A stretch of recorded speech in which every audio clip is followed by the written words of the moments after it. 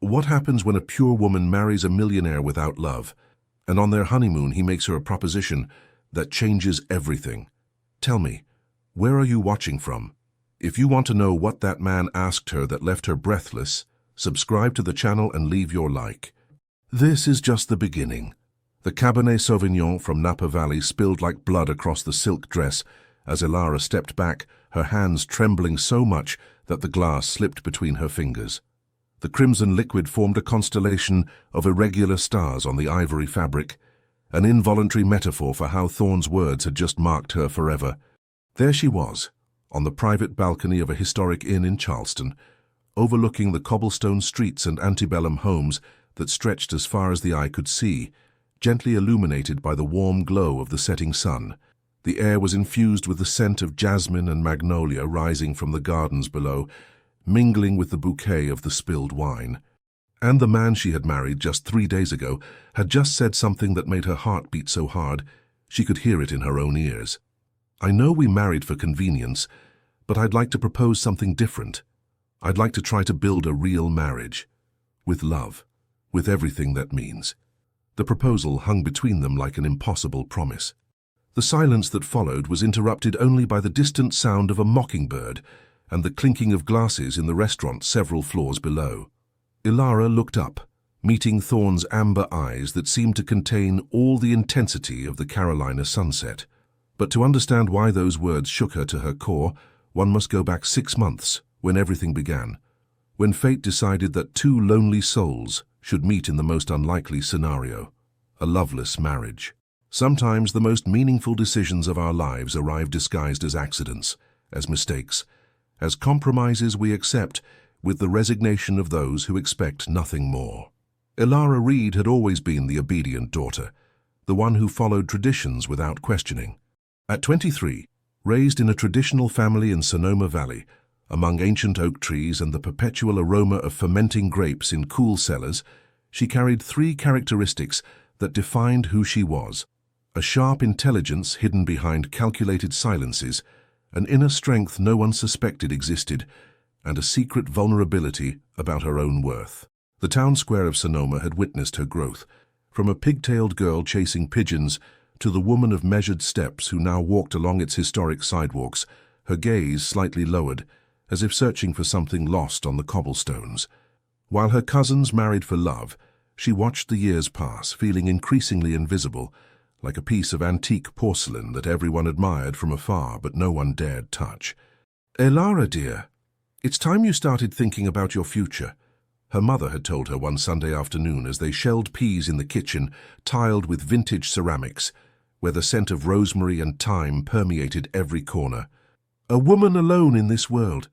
"I'm not alone, Mum," she had replied, not lifting her eyes from the green pods that opened under her nimble fingers. "I have you. You know perfectly well what I mean." The conflict consuming her was silent but devastating. She desperately yearned to be loved, to feel desired, but the fear of intimacy paralyzed her.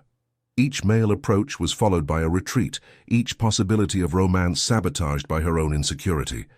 The men of Sonoma found her beautiful but distant, like a stained glass window in the town chapel that could be admired but never touched. She spent her nights reading in her bedroom, where the yellowish light of an antique lamp cast ghostly shadows on the whitewashed walls. Often, she paused mid-paragraph, contemplating her fragmented reflection in the mirror of a cherry-wood vanity, honey-colored eyes too large for her angular face, lips that rarely smiled fully, chestnut hair that fell in waves to mid-back. What did others see when they looked at her? Why did no one seem to see beyond her silent facade? It was during one of those nights when the ticking of the pendulum clock inexorably marked the passage of time that her parents knocked on her door. They sat on the edge of her bed, with expressions that oscillated between concern and determination. The air smelled of lavender from the wardrobe and the apple pie they had eaten after dinner. "We've found a suitor for you," announced her father, a man with calloused hands and kind eyes who had never before interfered in her sentimental life. "Thorne Blackwood, the owner of Blackwood Vineyards. He's a good man, with a stable position." Elara felt the book slip from her hands, landing with a dull thud on the embroidered quilt. "An arranged marriage," she whispered, incredulity tinging every syllable. "In the 21st century, I prefer to call it a facilitated meeting, her mother corrected, smoothing a non-existent wrinkle in her skirt. We just want your happiness, Ilara, and sometimes love grows over time, like good vines. That night, after her parents left, Ilara cried until her eyes burned and her pillow was soaked. Not because of the proposal itself, but because a part of her, a part she was ashamed to acknowledge, felt relief. Relief that someone would make a decision for her, that someone considered her worthy of being chosen, even if it was as part of an agreement. The bitterest tears are not those we shed for what others do to us, but for what we allow ourselves to accept. The restaurant where she would meet Thorne Blackwood was one of those places where time seems to stand still, with century-old wooden beams in the ceiling and linen tablecloths that had witnessed countless stories. Candles flickered on the tables, casting dancing shadows against the stone walls as the aroma of prime steaks and aged wine saturated the air. Ilara arrived 10 minutes early, dressed in a navy blue dress her mother had insisted was elegant, but not pretentious. Her hands couldn't stop smoothing the hem under the table, and each time the door opened, her heart skipped a beat. When he finally entered, it wasn't as she expected. Thorne Blackwood didn't have the appearance of the typical Napa Valley vintner. Tall, with an angular face that seemed carved in granite, and brown eyes so dark they almost looked black, he moved with the confidence of someone who possessed not just land, but also self-assurance. His impeccable suit smelled faintly of tobacco and leather, and his erect posture seemed rehearsed, as if he had learned to occupy space in a world that initially hadn't welcomed him. "Miss Reed," he greeted, his voice deeper than his build suggested. "It's a pleasure to finally meet you." "The pleasure is mine, Mr. Blackwood," she replied mechanically, the words rehearsed in front of the mirror that morning. Thorne was 10 years older, a vintner who had built an empire almost from nothing. According to rumors Ilara had discreetly collected, he had inherited diseased vines and depleted land, transforming them into one of the leading producers of boutique wines in America. What no one understood was why a man with his fortune and appearance would accept an arranged marriage with the quiet daughter of a respectable but modest family. The dinner proceeded like a predetermined script. He asked about her studies, American literature at UC Berkeley. She about his business, expansion into organic and biodynamic wines. They discussed the weather, the drought threatening the vineyards, the latest exhibition at the local art gallery. All polite, all superficial, all at a safe distance. Safe. But Ilara, accustomed to observing rather than speaking, noticed details. How his fingers drummed on the table when thoughtful, how he always ordered the same Cabernet Sauvignon from his own vineyard, how his smile never quite reached his eyes. And above all, how he seemed to study her when he thought she wasn't noticing, as if searching for something he both hoped and feared to find. "Why did you accept this?" Ilara finally asked when dessert, peach cobbler with vanilla ice cream, had been served and formalities exhausted. "You could have any woman." The question hung between them, unexpected as a summer storm. For a moment, something like surprise flashed in Thorne's eyes, quickly replaced by his usual composure.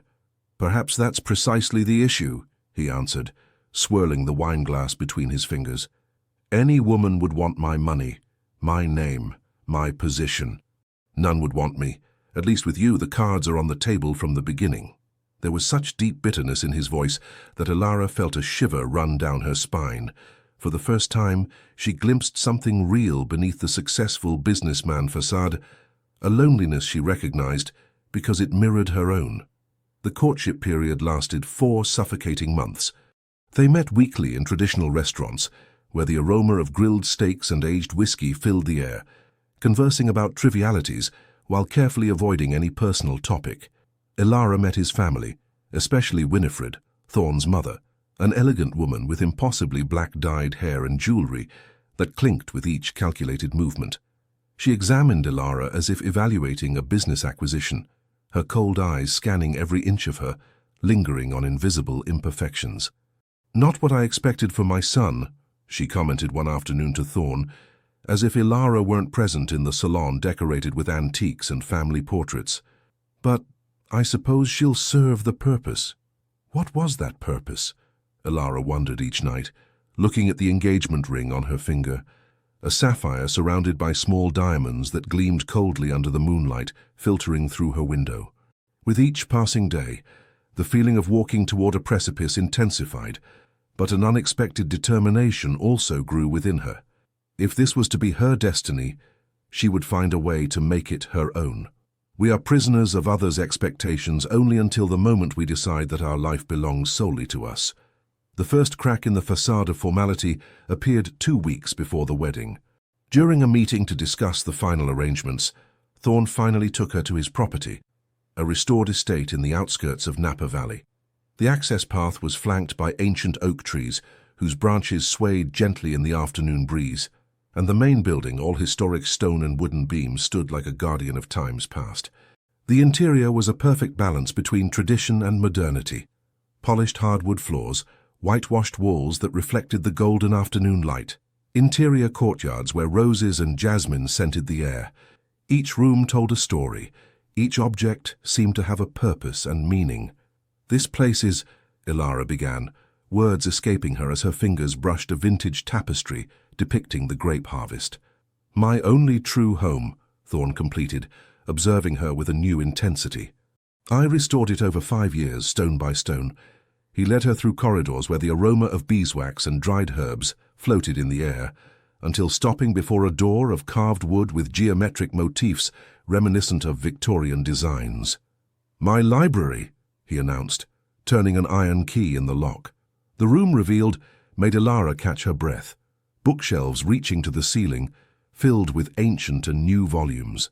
Victorian wallpaper in blue and gold tones covered the walls to mid-height, reflecting the light filtering through leaded glass windows. The scent of old paper, leather and ink mingled with the subtle perfume of the roses climbing outside. "I've never shown this room to anyone," Thorne confessed, watching her as she reverently traced the spines of the books. "Not even my family."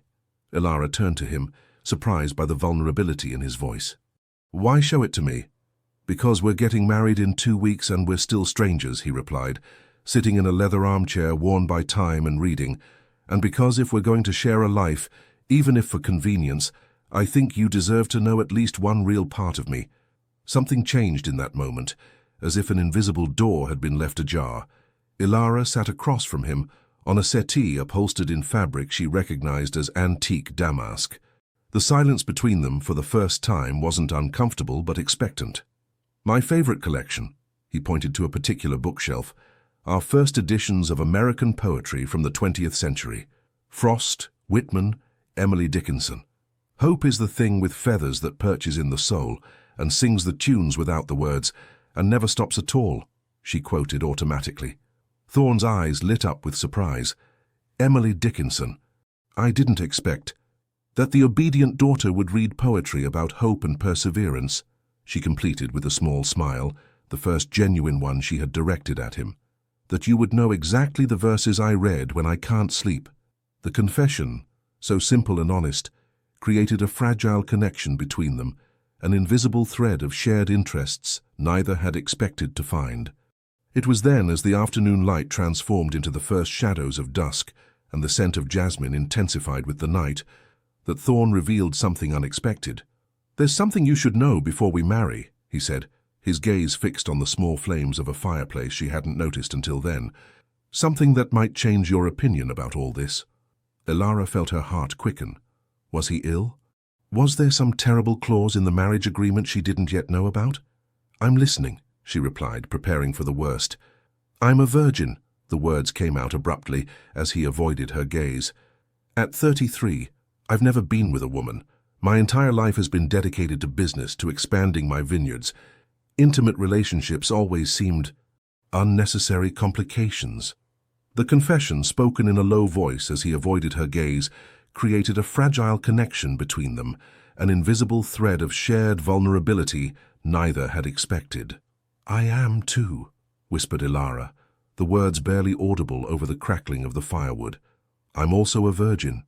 Their gazes met across the room, and for the first time she saw Thorne smile genuinely, a smile that reached his eyes and softened the hard angles of his face. "It seems we have more in common than we thought," he said. In that moment, as night enveloped the estate and crickets began their nocturnal concert in the vineyards, Ilara felt an unfamiliar emotion. Hope. Not the naive hope of instant love, but the more modest yet perhaps more valuable possibility of building something genuine from unexpected foundations. Sometimes the deepest connections begin with a shared truth, however uncomfortable it may be. The wedding day dawned with an impossibly blue sky, as if all of Napa Valley had dressed in its finest for the occasion. The historic chapel in Sonoma, where Ilara's parents had married decades ago, rose majestically against the horizon, its stones gilded by the midday sun and its stained glass windows like silent witnesses to generations of promises. In the vestry, temporarily converted into a bridal suite, Ilara contemplated her reflection in an antique mirror with a golden frame. The dress, hand-embroidered with gold and silver threads following traditional techniques, weighed as much as the expectation she carried. Her mother adjusted the veil while her cousins fluttered around, arranging pleats and offering unsolicited advice about the wedding night that awaited her.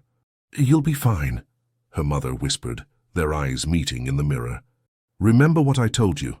What she had told her in an uncomfortable conversation the night before were practical tips about physical intimacy mixed with the traditional wisdom of close your eyes and think of England. Ilara had nodded obediently, keeping to herself the truth that she and Thorn had silently agreed there would be no immediate consummation, that they would give themselves time to get to know each other. The organ resonated majestically through the vaults when she began walking down the central aisle. The stained glass windows projected colorful patches onto the guests, transforming familiar faces into living mosaics. At the end of the aisle, beside the altar where incense and wax mingled in a solemn aroma, waited Thorn, as rigid in his suit as if he were another statue in the chapel. But when their eyes met, something unexpected happened. Thorn's mask of formality cracked momentarily, and Ilara glimpsed genuine astonishment, even admiration. It wasn't the calculating look of the businessman, but that of a man seeing a beautiful woman walking toward him. During the ceremony, when Thorn held her hand for the first time, the touch was gentle, almost reverent, as if she were something too precious to hold firmly. That moment, seemingly insignificant, planted a seed of something she desperately tried to ignore. "I, Thorn Maxwell Blackwood, take thee, Ilara Josephine Reed, as my lawful wedded wife." His voice, normally firm, trembled slightly as he pronounced the traditional vows. When it was her turn, the words momentarily caught in her throat. This wasn't what she had dreamed of, not the fairy tale all girls imagine, and yet there was a dignity in this agreement, an honesty that perhaps was worth more than romantic illusions. "I, Ilara Josephine Reed, take thee, Thorn Maxwell Blackwood, as my lawful wedded husband," she finally said, surprised by the firmness of her own voice. The reception was a whirlwind of congratulations, traditional dances, and champagne flutes that never seemed to empty. In the whitewashed courtyard of a historic inn, under garlands of lights and stars beginning to appear in the dusk, Ilara observed the guests from an elevated table. Winifred, spectacular in a burgundy silk ensemble, distributed smiles as calculated as they were false. Ilara's cousins drank and laughed too loudly. Thorn's business partners gathered in groups discussing wine prices and expansions into Asian markets. Two distinct worlds united by a social contract, not by love. "What are you thinking about?" Thorn's voice startled her. He had approached silently. Offering a glass of wine, she accepted with slightly trembling fingers. "That everyone seems to know exactly what we're celebrating except us," she replied with an honesty that surprised her. A fleeting smile crossed the face of her now husband. "Perhaps we're celebrating possibility," he said, his gaze fixed on the dancers. "The possibility of something that even we can't name yet." When they finally departed for their honeymoon, a shower of rice and rose petals bid them farewell. The car, adorned with white flowers and ribbons, would take them to Charleston, where a historic inn in the French Quarter would be their home for the next 2 weeks. The silence in the vehicle was as dense as the aroma of crushed flowers under the wheels. Ilara glanced sideways at Thorn, whose profile was silhouetted against the night landscape, and wondered what lay behind his facade of control, what secrets the man with whom she had just joined her life was keeping.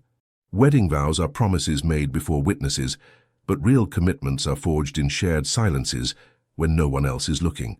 The honeymoon in Charleston began with an uncomfortable silence.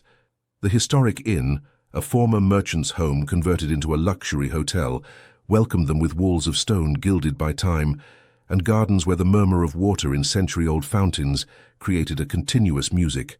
From their room with wrought-iron balconies, the French Quarter was silhouetted against the night sky, illuminated like an impossible dream.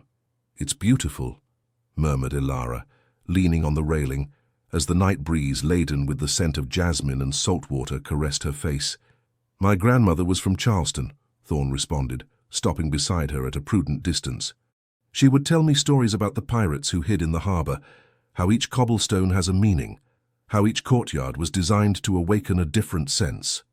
It was the first personal information he had shared voluntarily, and Ilara treasured it like someone finding a shiny coin on a dusty path. They occupied the same suite, but Thorne, true to his word, slept on the sofa, maintaining a respectful distance that she didn't know whether to interpret as relief or disappointment. In the mornings when she awoke, he had already gone out to run through the historic district, returning with steaming coffee and fresh pastries that smelled of cinnamon and anise. During the day, they explored the historic homes where the sound of string quartets and jazz echoed through the cobblestone streets, sampled local wines and artisanal cheeses in century-old markets, walked along pristine beaches that curved with the wind like dancers following an invisible melody. Slowly, almost imperceptibly, the tension between them began to dissolve, replaced by a cautious camaraderie. "What was your family like?" she asked one afternoon as they strolled through the historic district, where the scent of salt water and blooming gardenias filled the air, and the harbor seemed a reminder of how some distances appear impossible to cross. Thorne's face darkened momentarily, as when a cloud passes before the sun. "My father died when I was 8. "An accident in the vineyards," he finally answered, his eyes fixed on the horizon where blue mountains dissolved against the sky. "Since then, it was just my mother and me." "I'm sorry," said Ilara, resisting the impulse to touch his arm. "It must have been difficult.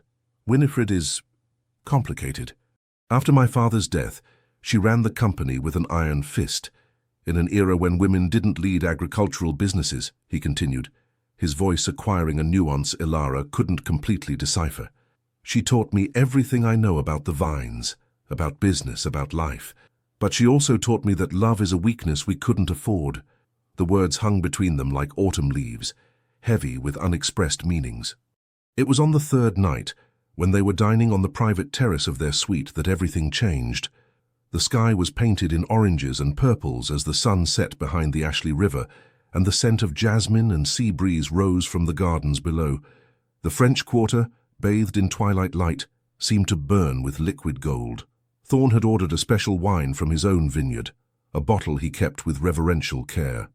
As he uncorked it, the aroma of ripe fruits and aged oak filled the air. "Why this wine?" asked Ilara, curious about the ceremony with which he served it. "Are we celebrating something special?" Thorne breathed deeply, as one preparing to leap into the void. "I was saving this bottle for an important moment," he began, his gaze finally meeting hers without reservations. "I've been thinking about this since we arrived in Charleston, perhaps since before. Since I saw you in the library, surrounded by my books, quoting Emily Dickinson as if the words were your own." Ilara's heart began to beat faster, an unfamiliar rhythm that resonated to her temples. "I know we married for convenience," he continued, his voice softer than she had ever heard it. "But I'd like to propose something different. I'd like to try to build a real marriage. With love. With everything that means." The red wine spilled over the silk dress as Ilara stepped back, her hands trembling so much that the glass slipped between her fingers. No one had ever asked her permission. No one had ever suggested that she deserved to be chosen, deliberately loved. "Why?" she whispered, unable to fully comprehend what he was offering. "You barely know me." "I know you better than you think," he replied, his voice firm but gentle. "I see how your eyes light up when you discover something new, how you smile genuinely only when you think no one is watching, how you observe everything, storing each detail as if it were a treasure. I'm not saying I already love you, Ilara. I'm saying I want the opportunity to come to do so, and I want to give you the opportunity to come to love me, if possible." The tears Ilara had contained for months, perhaps for her entire life, finally found their way to her cheeks. They weren't tears of sadness, but of something more complex. Fear mixed with hope, vulnerability interlaced with possibility. What Thorn didn't know was that she carried a secret, something that could destroy that fragile moment of possibility. There are offers that arrive just when we had given up receiving them, like rain in a desert we had already accepted as our permanent residence. The following days were a delicate dance of approach.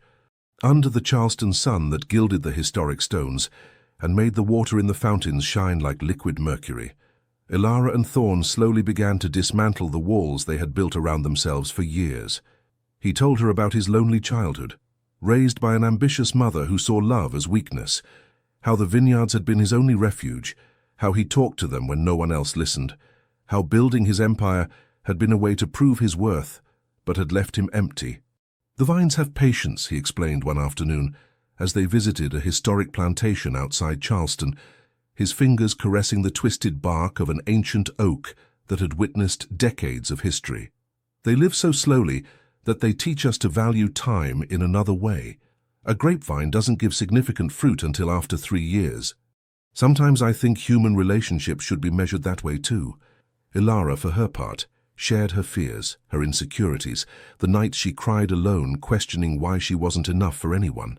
"I've always been the one who observes from the corners," she confessed, as they walked through the cobblestone streets of Charleston, where the sound of water created a constant, refreshing music.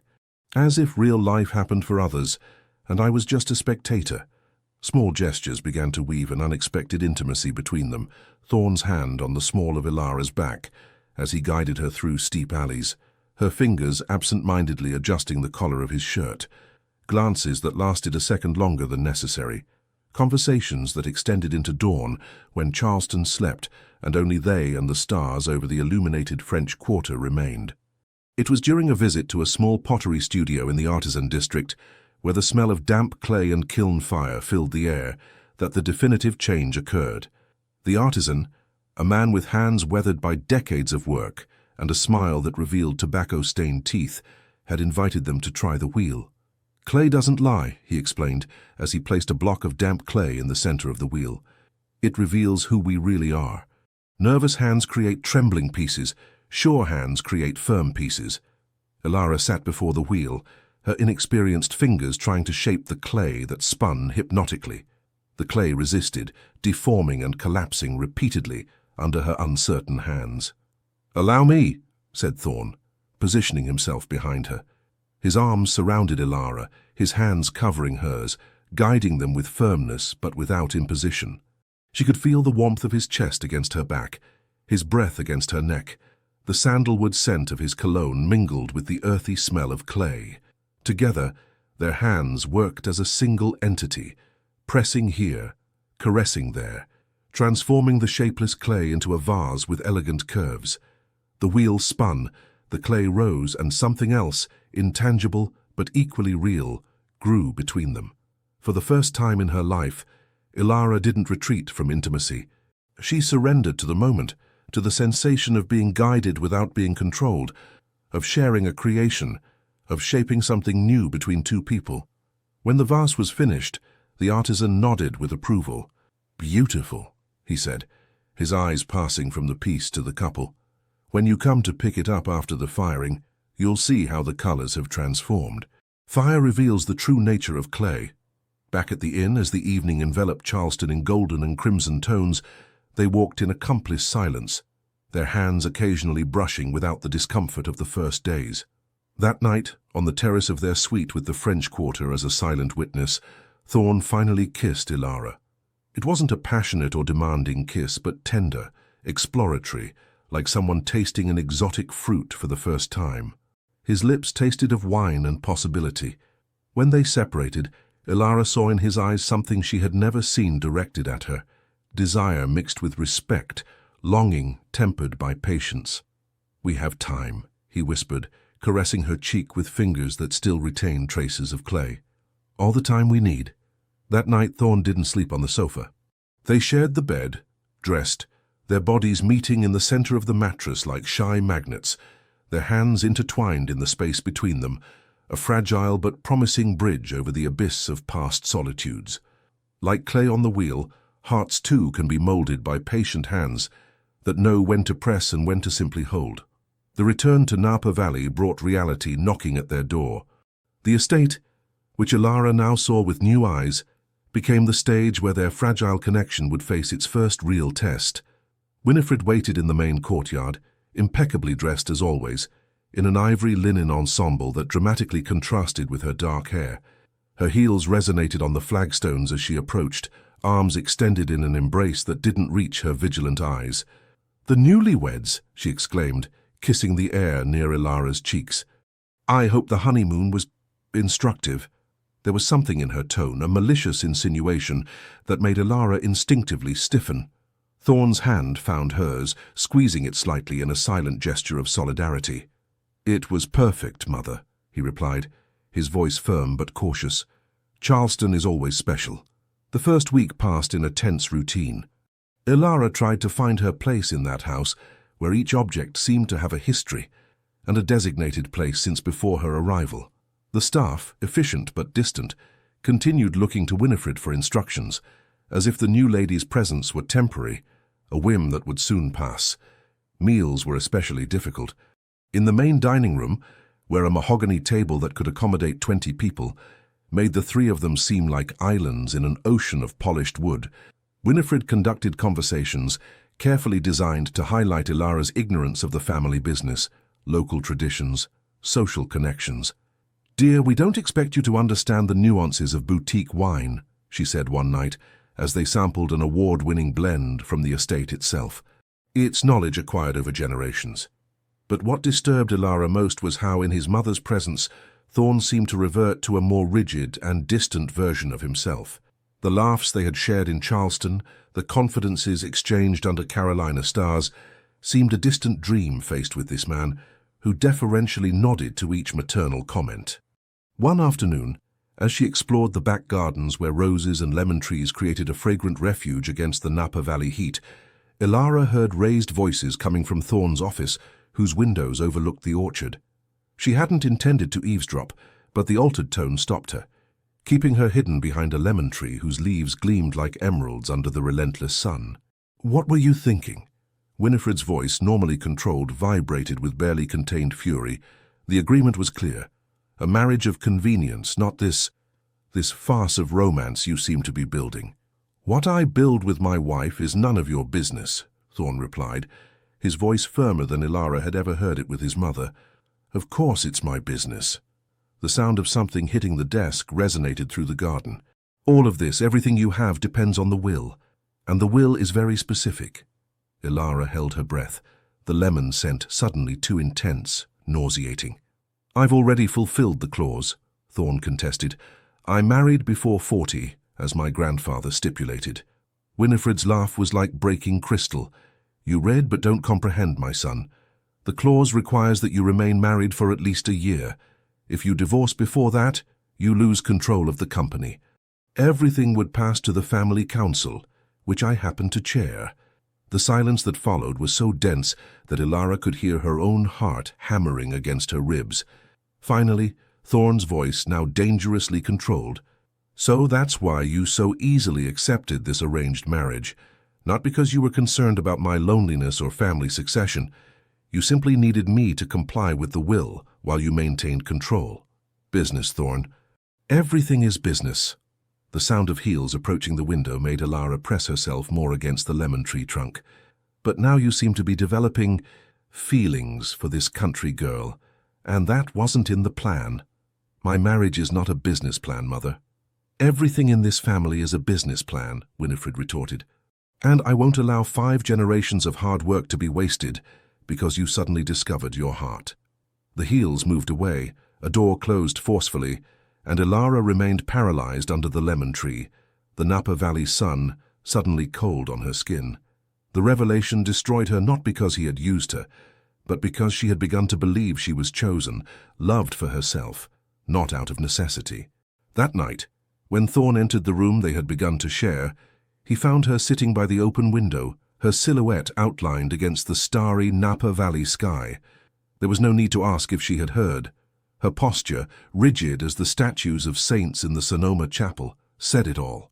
"I was going to tell you," he began, remaining on the threshold, as if afraid to come closer. After Charleston, I was going to explain everything. When? Ilara's voice was barely audible, as if the words hurt as they emerged. After I fell completely in love with you? After it was too late to matter? Ilara, what happened in Charleston was real. He took a step toward her, stopping when he saw her stiffen. The will, the claws, those were the initial reasons. But what's growing between us is independent of all that. She finally turned to him, the moonlight revealing eyes that had cried until they were dry. How can I believe that? How can I know that anything you say or do isn't part of a plan to secure your inheritance? The question floated between them like poison, contaminating the very air they breathed. And the worst part was that Ilara had no answer. Because despite the betrayal, despite the pain, a part of her still yearned to believe in the possibility they had glimpsed in Charleston, under stars that now seemed to have mocked her naivety. Truth released at the wrong moment can be as destructive as a lie sustained for too long. The emotional storm that followed nearly destroyed them. Ilara moved to the guest room, an elegant but impersonal space at the other end of the estate, where the sound of birds at dawn couldn't penetrate the fog of betrayal that enveloped her. For days, she limited her interactions with Thorn to the strictly necessary polite phrases exchanged during meals under the satisfied gaze of Winifred, who clearly perceived the rupture and silently celebrated it. The estate, once a space of possibilities, transformed into a golden cage where Ilara wandered like a ghost, touching books she no longer opened, looking at gardens that no longer consoled her. One particularly suffocating afternoon, when the Napa Valley heat seemed to melt even thoughts, Ilara decided to explore the parts of the estate she hadn't yet visited. She needed to occupy her mind, distract it from the continuous dissection of each word, each gesture shared with Thorn in Charleston. Had they been calculated? Had it all been an elaborate manipulation? Her steps led her to a narrow staircase in the north wing, which ascended to what she supposed was the attic. The wood creaked under her feet as if protesting the intrusion, and the air became progressively denser and dustier as she climbed. The attic was a spacious area, under century-old beams, illuminated by skylights that projected intense light rectangles onto the wooden floor. Antique trunks, furniture covered with yellowed sheets, and boxes of various sizes created a labyrinth of abandoned memories. Dust danced in the sunbeams as Ilara traversed the space, her fingers occasionally brushing objects. A gramophone of greenish brass, a mirror with a carved frame that reflected her face, fragmented by ancient cracks, porcelain dolls with unnervingly lifelike gazes. That's when she saw it, a small female writing desk beside a skylight, as if whoever had used it needed natural light for their task. Upon it rested a wooden box with mother-of-pearl inlays, not covered in dust like everything else, but polished as if someone visited it regularly. Curiosity won over respect for others' privacy. Ilara opened the box, revealing a diary bound in red leather, its pages yellowed but well-preserved. The first page, written in an elegant and decisive calligraphy, revealed its owner, Thoughts of Evangeline Blackwood Caldwell, 1952, Thorn's grandmother, the matriarch who had founded the wine empire that everyone now disputed.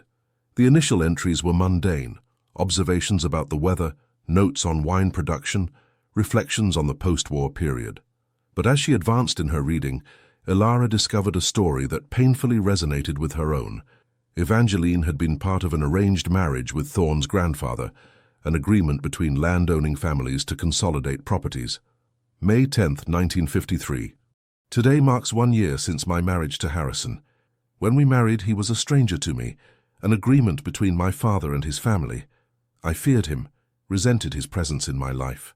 Now I cannot imagine waking without the scent of his coffee, without his footsteps in the hallway, without his rough hands that have learned to hold mine with a delicacy I never would have imagined. Ilara spent hours in the attic, devouring Evangeline's pages, discovering how that marriage of convenience had transformed into the love of her life, detailing each obstacle overcome, each moment of doubt transformed into certainty. One of the most striking entries, dated after the birth of Thorn's father, said, "True love is not that which comes easily, like a lightning bolt that momentarily blinds, but that for which we consciously fight every day. It is a continuous choice, not a fortuitous accident. Harrison and I built our love stone by stone, with full knowledge, with iron will, and thus it has withstood storms that would have devastated more spectacular but less cemented passions. The last pages of the diary were the most revealing. Evangeline, already aware of her mortality, had designed the will that was now the source of so much conflict. But her motivations were far from the manipulations Winifred had insinuated. I included the marriage clause not for control, but for hope. My grandson Thorne has so much of Harrison, his determination, his intelligence, but also his tendency to hide in work, to avoid the vulnerability of loving fully. He needs the gift that Harrison and I received, the opportunity to discover that even the most pragmatic beginnings can blossom into the deepest love, if there is willingness to cultivate it. When the sun began to set, tinting the attic in orange tones, Ilara closed the diary with trembling hands. Evangeline's words had planted a seed of doubt in her certainty of betrayal. What if the arranged marriage wasn't the problem, but how they were facing it? Thorne's voice calling her to dinner startled her. She hurriedly returned the diary to its box, but in doing so, a photograph slipped between the pages. It showed an elderly couple under a century-old grapevine.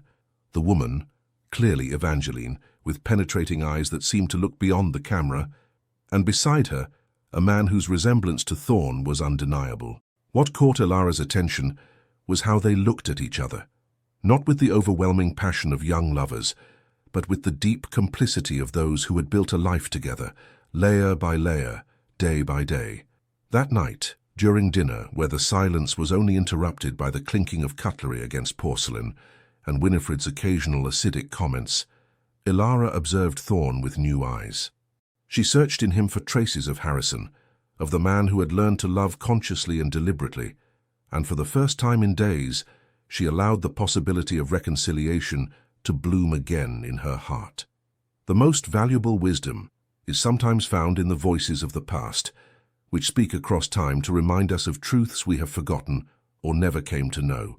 Inspired by Evangeline's words, Ilara decided to fight.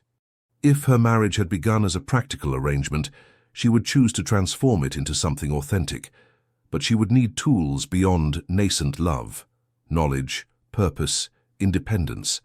She began attending company meetings, initially just observing from a corner of the boardroom, where the aroma of coffee and the sound of papers being reviewed created a soundtrack of corporate power. The executives, mostly men in expensive suits with condescending looks, treated her as an ornament, smiling politely at her before completely ignoring her presence.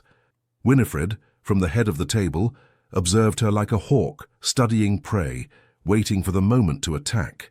Thorne, caught between his mother and his wife, attempted impossible balances, occasionally including Ilara, but inevitably yielding to maternal authority when important decisions were made. But Ilara had a plan. Each night after everyone retired, she slipped into the library and devoured books about wine production, organic agriculture, international trade.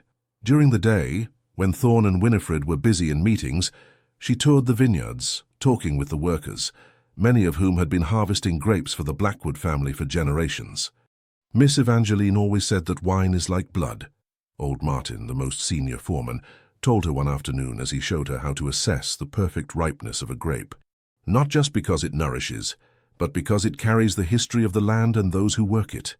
These conversations, held under the relentless Napa Valley sun, where the scent of dry earth and wild herbs mingled with the dust from the paths, provided her with knowledge that no business book could offer, the emotional connection to the product that had made Blackwood Vineyards great.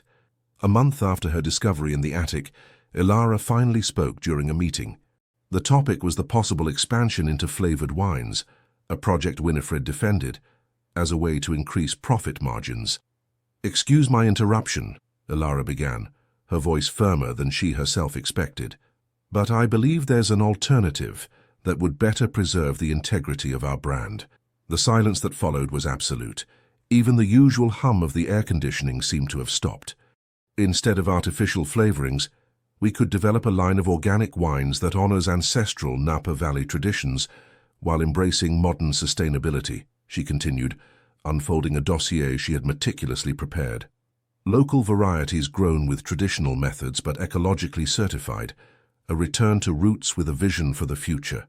Winifred's eyes narrowed dangerously, but before she could intervene, one of the most veteran executives, Mr. Crawford, took the dossier. "This is surprisingly detailed," he commented, adjusting his glasses while reviewing the financial projections. "And it aligns with market trends we're observing in the premium sector." "It's exactly what my grandmother would have proposed," Thorne interjected, his gaze meeting Ilara's for the first time in weeks with something resembling pride, a return to Blackwood Vineyard's original vision. The project, initially received with skepticism, began to gain traction. The following days were a whirlwind of meetings with organic producers, designers for new packaging, specialists in international certifications. Ilara immersed herself in work, finding in it not only a purpose, but also a shield against the pain still throbbing beneath the surface. But the cost of her assertiveness was high. The more involved she became in business, the more time they spent apart.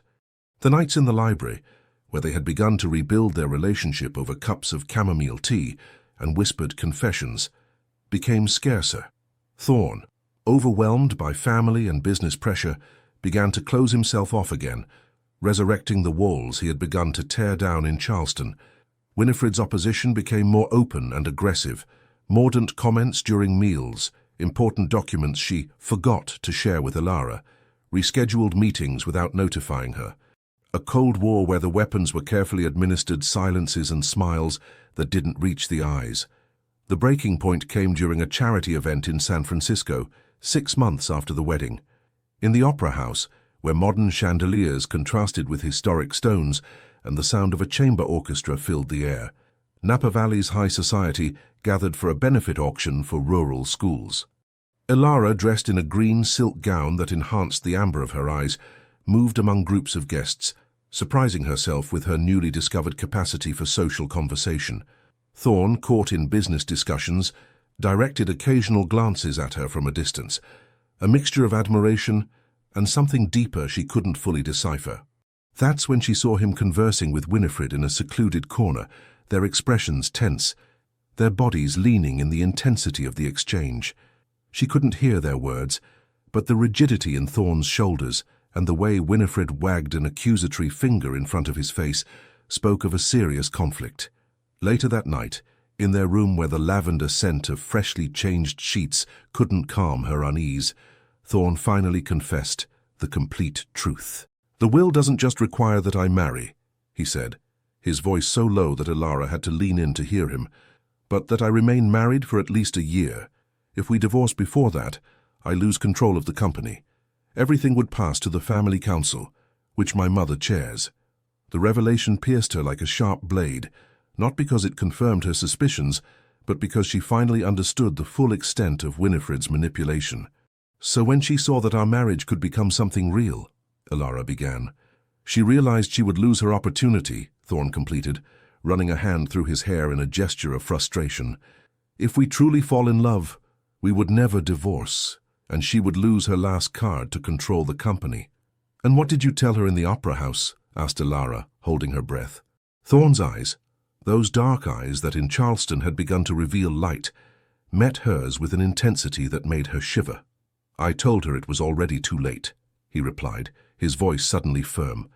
"That although everything began as an agreement, now it's much more. I told her I love you, Ilara, I love you. Not as part of a testamentary plan, but in spite of it." Those words, the ones any woman would dream of hearing, fell upon Ilara with the weight of a long-awaited truth still difficult to accept. Because she loved Thorne, she had discovered this among pages of old diaries and business meetings, between shared dawns and painful distances, but there was still a secret between them, one she guarded as jealously as he had guarded the truth of the will. True love is not built by avoiding conflict, but by traversing it together, allowing wounds to heal not in solitude, but in shared vulnerability. Thorne's confession created a turning point. The "I love you" hovered between them like a promise and a question, awaiting a response that Ilara couldn't fully give, not yet, because there was a secret buried so deeply within her that she had almost managed to forget it, until the real possibility of intimacy had awakened it. The following days passed in an emotional limbo. They shared spaces, meals, even some moments of tentative proximity, but the shadow of the unrevealed secret created an invisible barrier as effective as the walls Winifred continued to build around them. It was during these uncertain days when Ilara made a transformative decision. If they wanted a real opportunity, she needed to be brave, not just with Thorn but with herself. She began visiting a psychologist in San Francisco, a woman with compassionate eyes and a serene voice, whose office smelled of herbal tea and whose books filled shelves reaching to the ceiling. "There's something in my past," Ilara explained in her first session, her hands twisting in her lap. "Something I've kept buried for so long I had almost forgotten it. But now it's affecting my marriage, my ability to be close to someone." "Doctor?" Mitchell nodded without pressuring her, waiting patiently as Ilara gathered the courage to continue. "My virginity isn't just a result of fear and tradition," the words came out haltingly, as if they had to cross physical obstacles to manifest. "When I was 12, during a 4th of July celebration, a distant uncle tried to touch me inappropriately. The memory emerged with painful clarity, the sweet smell of whiskey on the man's breath, the festive music that masked his whispers, his hands searching under her holiday dress, while the crowd celebrated, oblivious to what was happening in that dark corner. I managed to escape before it went further," she continued, silent tears sliding down her cheeks. "I never told anyone. I was the obedient girl, the one who never caused problems." Confronting that memory was devastating but also liberating. For weeks, Ilara worked with the doctor, untangling the threads of fear and shame that had limited her capacity for physical intimacy. And in that process, she discovered a truth that would change everything. Thorn was also imprisoned in an emotional prison, built by years of solitude and impossible expectations. One afternoon, returning from a particularly intense session, she found Thorn in the library, surrounded by old documents, his face illuminated by the golden afternoon light filtering through the Victorian windows. "I'm looking for something in the family archives," he explained when he saw her, his voice tired but determined. "I think there's a way to neutralize the testamentary clause without losing the company." Ilara approached, noting the dark circles under his eyes, testimony to sleepless nights dedicated to protecting what they were building. It was then she understood. Both were fighting, each in their own way, to free themselves from the chains of the past. "Thorn," she said, sitting across from him, her heart beating so hard she feared he could hear it. "There's something I need to tell you. Something important." That night, in the intimacy of their room where candlelight created dancing shadows on the whitewashed walls, Ilara opened her heart completely. She told him about the incident from her childhood, how it had shaped her fear of intimacy, about the sessions with the psychologist, about her desire to heal not just for him, but for herself. Thorn listened in silence, his eyes never leaving hers, even when tears blurred them. When he finally spoke, his voice contained a tenderness she had never heard. "My mother taught me that showing vulnerability was weakness," he said, taking Ilara's hands in his. "That business was above feelings. That control was more valuable than connection. I've spent my whole life trying to be invulnerable, until I met you." He then told her about his own childhood, how after his father's death, Winifred had channeled her grief into relentless ambition, teaching him that love was a luxury they couldn't afford, that emotions were dangerous distractions in the competitive world of business. "We're more alike than I thought," reflected Ilara, feeling how each shared word tore down another fragment of the wall between them. "Both of us learned to hide, to protect ourselves. And both of us need to unlearn those lessons," Thorn completed, his thumb caressing the back of Ilara's hand in small, comforting circles. "Together, if you're willing." The reconciliation began that night, not with physical passion, but with something perhaps more intimate, a shared vulnerability, a mutual recognition of wounds and strengths. For the first time since they had returned from Charleston, they slept embraced, their bodies meeting in the center of the bed, like puzzle pieces that finally fit. The next morning, Ilara found a letter on her pillow, handwritten on paper, scented with lavender from the fields, where Thorn poured out his heart in a way he had never managed verbally. He admitted his mistakes, his cowardice in not telling the whole truth from the beginning, but he also declared something that made her cry until there were no more tears. He had fallen in love with her for real, and the year of marriage imposed by the will no longer mattered, because he wanted her forever. She responded not with words, but with action. She gathered evidence of misappropriation by Winifred in the company, discovered during her own investigations in the accounting books and in conversations with employees loyal to Evangeline's memory. The confrontation was inevitable and painful. In the boardroom where Evangeline's portrait presided over each meeting, Ilara and Thorne presented the evidence before the complete family council. Diverted funds, manipulated contracts, decisions made unilaterally that had benefited Winifred at the company's expense. The cost was the complete rupture with the matriarch, a scar that Thorne would carry forever. But it also meant freedom. The testamentary clause was invalidated when the council voted to remove Winifred as chairwoman, appointing Thorne in her place with Ilara as Vice President of Sustainability and Innovation. Our invisible scars can become our greatest strengths when we expose them to the light of true love, not to be healed by someone else, but to be finally accepted as part of who we are. The year of marriage imposed by the will ended on a stormy night when lightning illuminated the Napa Valley and rain pounded against the Victorian windows of the estate with renewing fury. The smell of wet earth and eucalyptus filtered through the cracks, creating an almost magical atmosphere inside the library where everything had begun to change. Ilara and Thorne had spent the afternoon reviewing the first results of their organic wine line, which exceeded all expectations. Gourmet distributors from across America had enthusiastically welcomed the new direction of Blackwood Vineyards, and the artisanal design bottles with labels recreating Evangeline's diaries had become objects of desire among chefs and connoisseurs. "Exactly 1 year," commented Thorne, looking at the wall calendar where the date was marked with a discreet circle. "Today the term of the will is fulfilled." Ilara looked up from the financial projections, the sound of rain intensifying as if nature itself wanted to underline the importance of the moment. "How do you feel?" she asked, studying his face for signs of the anxiety that had marked their first months together. Thorne rose from his desk, approaching where she sat on the settee she so loved. The light from the oil lamps, lit due to frequent power cuts during storms, projected a golden glow over his features, softening the angles that once had seemed severe to her.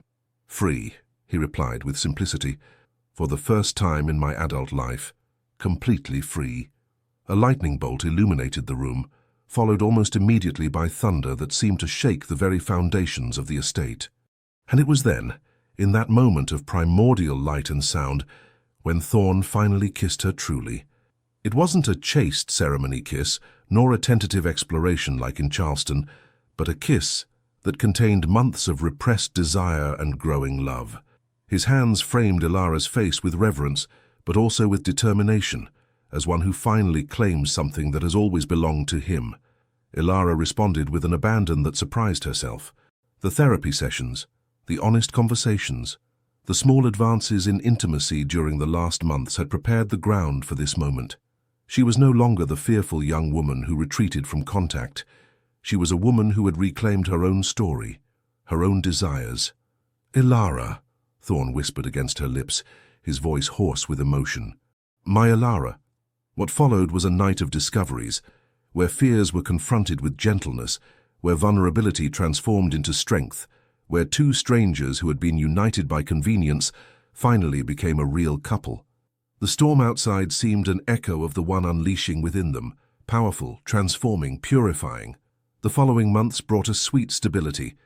Ilara's wine line became a resounding success, bringing international recognition, and most importantly for her, financial independence. She was no longer Thorne Blackwood's wife, but a respected businesswoman in her own right, invited to conferences on sustainable agriculture and interviewed in specialized magazines. Thorne, for his part, began his own therapy, learning to express emotions he had repressed all his life. The rigid and controlled man she had met at that first dinner gradually gave way to someone capable of laughing openly, of showing vulnerability, of asking for help when needed. They established rituals that anchored their new shared life. Breakfast in bed on Sundays, where the aroma of freshly baked cinnamon rolls and brewed coffee awakened them. Nighttime walks through the vineyards, where the scent of jasmine marked the end of each day. Honest conversations where no secret was too big to be shared. Winifred had moved to New York, maintaining a distant but correct relationship with them. The wounds were too deep to heal completely, but they had found a balance that allowed occasional encounters at family events, without the past poisoning the present. The estate, which had once seemed a prison to Ilara, transformed into a true home. Each room now contained shared memories: the kitchen where Thorne tried to recreate recipes from his childhood, the patio where they had planted jasmine brought from Charleston, the bedroom they had redecorated together, incorporating elements from Ilara's family home in Sonoma. But life is never a linear fairy tale. A year and a half after the wedding, Ilara discovered she was pregnant, news that should have brought joy, but triggered all the fears she thought she had overcome. The trauma of her childhood, though confronted, left scars that resurfaced at the prospect of bringing a new life into the world. "I don't know if I'll know how to protect her," she confessed one night, her hands resting on her slightly swollen belly. "If I'll be able to prevent what happened to me from happening to her." Thorne embraced her in silence, understanding that some concerns didn't need immediate solutions, but constant accompaniment. And when medical complications required absolute rest from the 5th month, forcing her to temporarily abandon the company, Ilara faced another obstacle, the feeling of losing the identity she had so arduously conquered. But this time, she wasn't alone. Thorne reorganized his own schedule to be present, cooking hearty soups that smelled of garlic and herbs, reading to her until she fell asleep, holding her hand during frightening medical consultations. It was during these months of forced vulnerability that Ilara finally understood. True love didn't consist of grand romantic gestures, but of consistently showing up, especially when everything was difficult. It was in Thorne learning to braid her hair because she couldn't raise her arms due to back pain. It was in the daily calls with the company team to keep her updated. It was in the sleepless nights when anxiety wouldn't let her sleep, and he was simply there, his presence an anchor in the darkness. The deepest love is not built in moments of shared joy, but in the dark valleys where we learn that we don't have to walk alone. The birth of their daughter, on a spring morning when Napa Valley exploded in wildflowers and the air was laden with the scent of blooming vines, marked not an end, but a new beginning. Evangeline Reed Blackwood came into the world after 18 hours of labor, with a vigorous cry that seemed to shake the hospital walls and eyes that, though clouded like those of all newborns, already showed the determination that characterized both families. "She's perfect," whispered Thorne, holding his daughter for the first time with hands that trembled with emotion. "Perfectly perfect." Ilara, exhausted but radiant, observed the scene with a mixture of wonder and gratitude. A year ago, she couldn't even have imagined this moment. She, Thorne, and the fruit of a love that had grown in the most unlikely terrain. The return to the estate with little Evangeline transformed their home once again. The library, once a space for work and intimate conversations, now also housed a restored antique cradle where the baby slept while her parents worked. The kitchen filled with the aroma of herbs for teas that increased breast milk. The inner courtyard resonated with lullabies that Ilara remembered from her own childhood. Motherhood arrived with its own challenges. Sleepless nights, where time seemed to stretch infinitely. The vulnerability of being completely responsible for another life. The recurring fears about her ability to protect her daughter in a world that could be cruel, but it also brought revelations. Ilara discovered a strength in herself she didn't know she possessed, a protective ferocity that transformed her old insecurities into determination. And in Thorne, she discovered a father completely different from the controlling man Winifred had raised. Patient, present, capable of spending hours simply watching his daughter sleep, as if it were the most fascinating spectacle in the world. 6 months after the birth, when Ilara finally returned to the company part-time, she found that her absence hadn't diminished her influence. On the contrary, the team she had formed for the organic wine line had flourished under her remote leadership, expanding the original vision to educational projects in rural communities and programs for restoring ancient vineyards. One autumn afternoon, as she supervised the first post-maternity harvest, Ilara received an unexpected visit. Among the century-old vines whose branches swayed gently in the breeze, appeared Winifred Blackwood. She was dressed with her usual elegance, but there was something different about her, a softness in her eyes that Ilara had never seen, a vulnerability in her posture that contrasted with her previous rigidity. "I've come to meet my granddaughter," she announced without preamble, her voice still firm but stripped of its former edge. The encounter, which Ilara had feared for months, was surprisingly peaceful. On the estate's terrace, where climbing bougainvillea created a canopy of color over the stone table, Winifred held little Evangeline with a tenderness that contradicted everything Ilara believed she knew about her. "She looks like Thorn when he was a baby," commented the older woman, her fingers gently caressing the girl's cheek. "But she has your eyes. That way of looking as if she already understands everything." When Thorn returned from a meeting in San Francisco and found his mother and his wife conversing civilly while his daughter slept in her grandmother's arms, his expression of astonishment almost made Ilara laugh. But there was something deeper in his eyes, a silent gratitude for this small miracle, this possibility of reconciliation that parenthood had brought with it.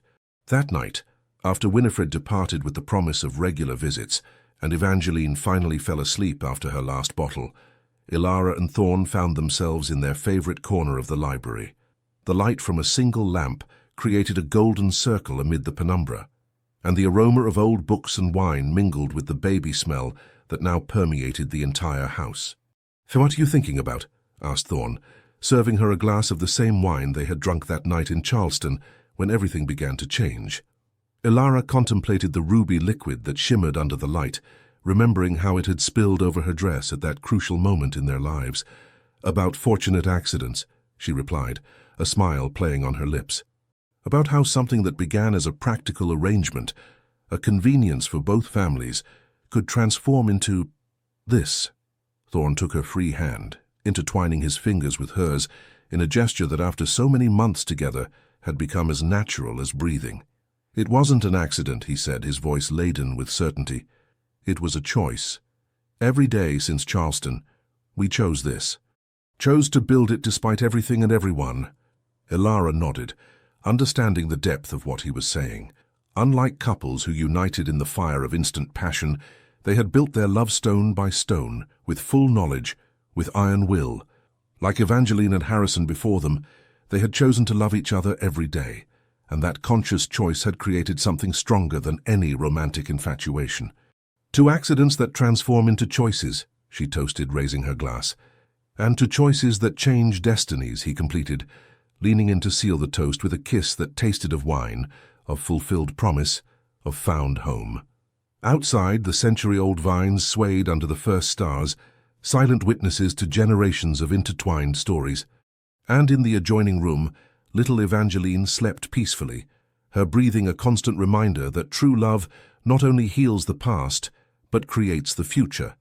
The purest love is not that which arrives like lightning, but what we consciously build day by day, choosing to see the best in each other even when life shows us the worst. 5 years later, the estate gleamed under the sun of a particularly generous summer. The gardens had blossomed with Californian exuberance, jasmine and honeysuckle climbing ancient walls, rosemary and lavender scenting the air with their wild essence.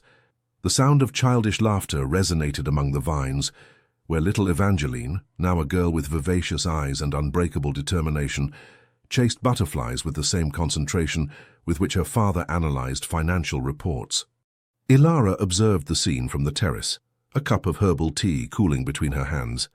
At 28, she had found a balance she once believed impossible, the respected businesswoman whose line of organic wines had revolutionized the sector and won international awards. The mother who discovered new facets of herself each day through her daughter. The wife who had learned that true intimacy was a continuous journey, not a final destination. "Thoughtful?" Thorn's voice surprised her, although after so many years together she should have been accustomed to his ability to move silently. He sat beside her on the stone bench, warmed by the sun, his presence as familiar and comforting as the aroma of the vines surrounding them.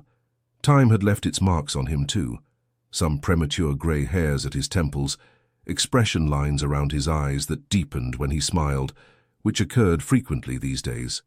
"Remembering," she replied, instinctively resting her head on his shoulder, "how it all began. The ruined dress, the spilled wine." Thorn laughed softly, the sound vibrating through his chest and to Ilara's heart. "One of my best wines, wasted due to my social clumsiness," he joked, though they both knew that moment had been a turning point in their lives. From the distance, Evangeline shouted excitedly, holding something in her small but firm hands. The girl ran to them, her chestnut curls bouncing with each step, her eyes identical to Ilara's, shining with discovery. "Look, Mum! A grape!" she exclaimed, showing them a green fruit she had clearly picked from the ground. "It's still green, little winemaker," Thorn explained patiently, taking the grape between his fingers. "It needs time to ripen, to become purple and juicy." "How much time?" asked Evangeline, with the impatience characteristic of her age. "Months," replied Ilara, caressing her daughter's rosy cheek. "The most valuable things need time to fully develop." Evangeline considered this information with the seriousness only children can give to their parents' explanations, before nodding and running off again, her attention already captured by a new treasure to discover. When they were alone, Thorn took Ilara's hand, tracing with his thumb the contour of the ring she had worn for 5 years. It wasn't the original one, the one they had exchanged in the ceremony of convenience. On their first real anniversary, they had chosen new rings together, symbols of the commitment they had consciously built, not of what had been imposed on them. "You know what I sometimes think?" said Thorn, his eyes following the tiny figure of his daughter among the vines. "That we should thank my mother." Ilara raised her eyebrows, surprised. "Winifred? For manipulating us into marrying for a will?" "Precisely for that," Thorn smiled, though there was an underlying seriousness in his voice. "If it hadn't been for her scheme, for the testamentary clause, we never would have met, and we never would have discovered that the truest love can be born in the most artificial circumstances." There was a wisdom in his words that deeply resonated with Ilara. It was true. The arranged marriage they had so feared had given them the opportunity to build something that many couples who united through passion never achieved. A love based on real knowledge, on conscious acceptance, on deliberate choice. "The irony is that Winifred was trying to control the future," reflected Ilara, "but control is an illusion. Life happens in the spaces between our plans." Thorn nodded, his gaze lost in the horizon where Napa Valley extended until merging with the intense blue sky. "Evangeline," he said, referring not to his daughter, but to his grandmother, the matriarch whose diary had changed the course of their lives. She knew. That's why she designed the will as she did, not as a trap, but as an opportunity. The relationship with Winifred had evolved over the years. After Evangeline's birth, the matriarch had softened her hardest edges, gradually transforming into a devoted grandmother whose visits no longer provoked tension but a cautious acceptance. It would never be a completely healed relationship, but they had found common ground in their love for the child. Blackwood Vineyards had also flourished under their shared leadership. Ilara's line of organic wines had expanded to include natural cosmetic products and educational programs that revitalized rural communities. Thorn had modernized production without sacrificing the traditional techniques that had made the company great. Together, they had created something that honored the past while looking firmly toward the future. The sun began to descend, tinting the century-old vines with liquid gold, when Evangeline returned running, this time with an improvised bouquet of wildflowers. "For you," she announced, with the solemnity of one delivering an incalculable treasure. "Because you love each other." Ilara took the flowers, moved by her daughter's observation, because it was true. After 5 years, the love between them not only endured but had deepened like vine roots that sink further into the earth with each season. That night, when Evangeline slept, surrounded by the stories Ilara read to her each night, tales of princesses who saved themselves and of magical vineyards that granted wisdom instead of superficial wishes, she and Thorn met on the terrace under a starry sky that seemed to extend infinitely over the silent Napa Valley. Thorn brought out a bottle of wine, the same Cabernet Sauvignon he had spilled in Charleston years ago, and 2 glasses that gleamed under the starlight. "To arranged marriages that defy all expectations," he toasted, his eyes reflecting constellations and fulfilled promises. "To the love we choose to build each day," she completed, leaning in for a kiss that tasted of wine and home. In that moment, holding that tiny life they had created together, Ilara looked at the man beside her, whose brown eyes finally contained not storms, but peace, and knew with absolute certainty it had been worth every moment of pain, every obstacle overcome, every fear confronted. They had begun as strangers united by convenience, but they had chosen, deliberately and consciously, to build something real. And perhaps, in the end, that deliberate choice was the purest form of love. True love is not destiny but decision, not coincidence but construction. It is choosing each dawn to see the extraordinary in the ordinary, the eternal in the everyday, and to walk together not because we cannot be apart, but because together we create something greater than ourselves.